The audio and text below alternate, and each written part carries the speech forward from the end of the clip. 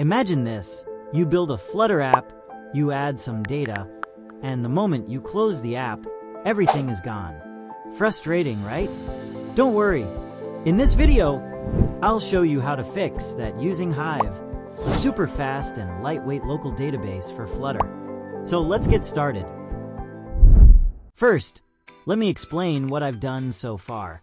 I created a simple UI with a text form field and 2 buttons, Done and Remove. Below that, I added a small section using a list view builder to display the entered text data. I also wrote 2 methods, Save New Task and Remove Task, and link them to their respective buttons. The list itself is defined in a separate Dart file and accessed through a class object.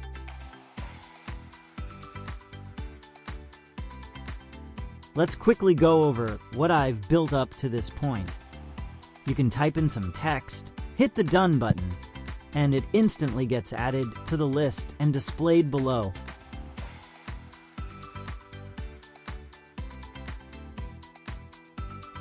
Pretty simple, right? And if you hit the Remove button, the very first task in the list disappears. But here's the catch. The moment you close the app and open it again, everything you entered is gone. All you'll see is the static, predefined data from the list. So basically, nothing you add actually stays saved yet. So let's add Hive to this app and save the data locally in the device. First, add these dependencies, Hive and Hive Flutter. Then under Dev Dependencies, add Build Runner and Hive Generator.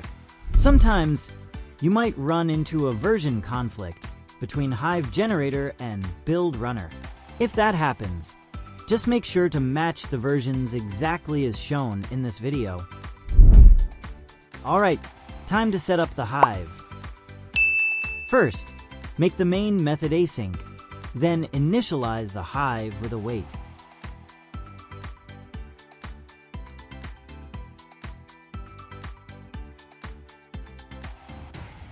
After that, open up a Hive box. You can name this box whatever you like. For example, I have called mine my box. Just remember that name must match everywhere you reference the Hive box. Now, let's handle the database side. We'll store the Hive box in a variable so we can access it later.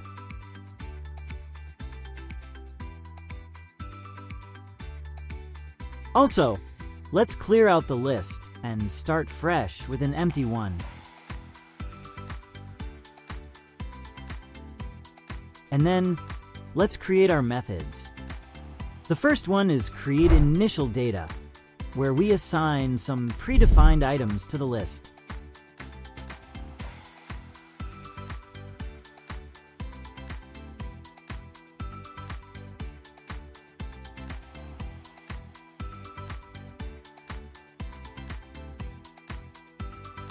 The second method is load data, which retrieves the data from Hive storage. Here, you can use any word as a key, but just like before, it must match wherever you reference it. Finally, the third method is update data, which updates the Hive storage whenever there's a change, whether you're adding new data or removing existing data.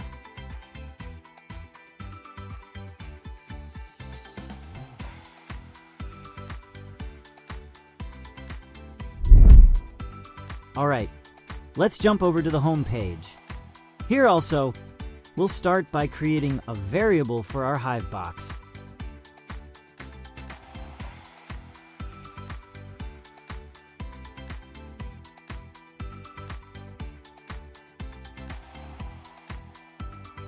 Next, we will use the initState method.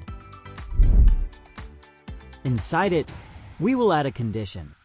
If the Hive storage is null, call the createInitialData method to display the predefined list items. Otherwise, call the loadData method to fetch the stored data and display it in the bottom area.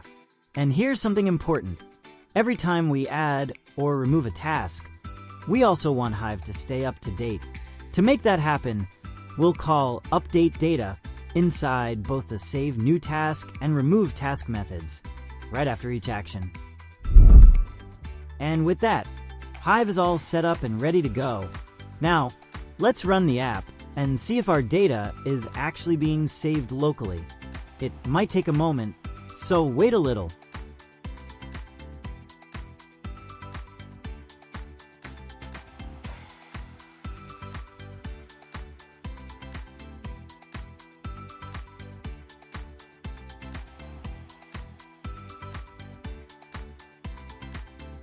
Alright, now let's add some new data, close the app, and open it again.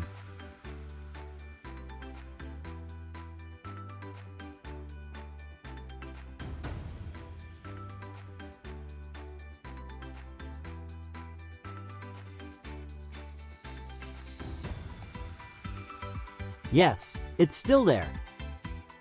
Let's try removing some data, close the app, and reopen it. Boom! The change is saved too. Addition and deletion both persist as expected.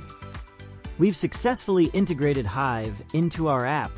Thank you so much for watching.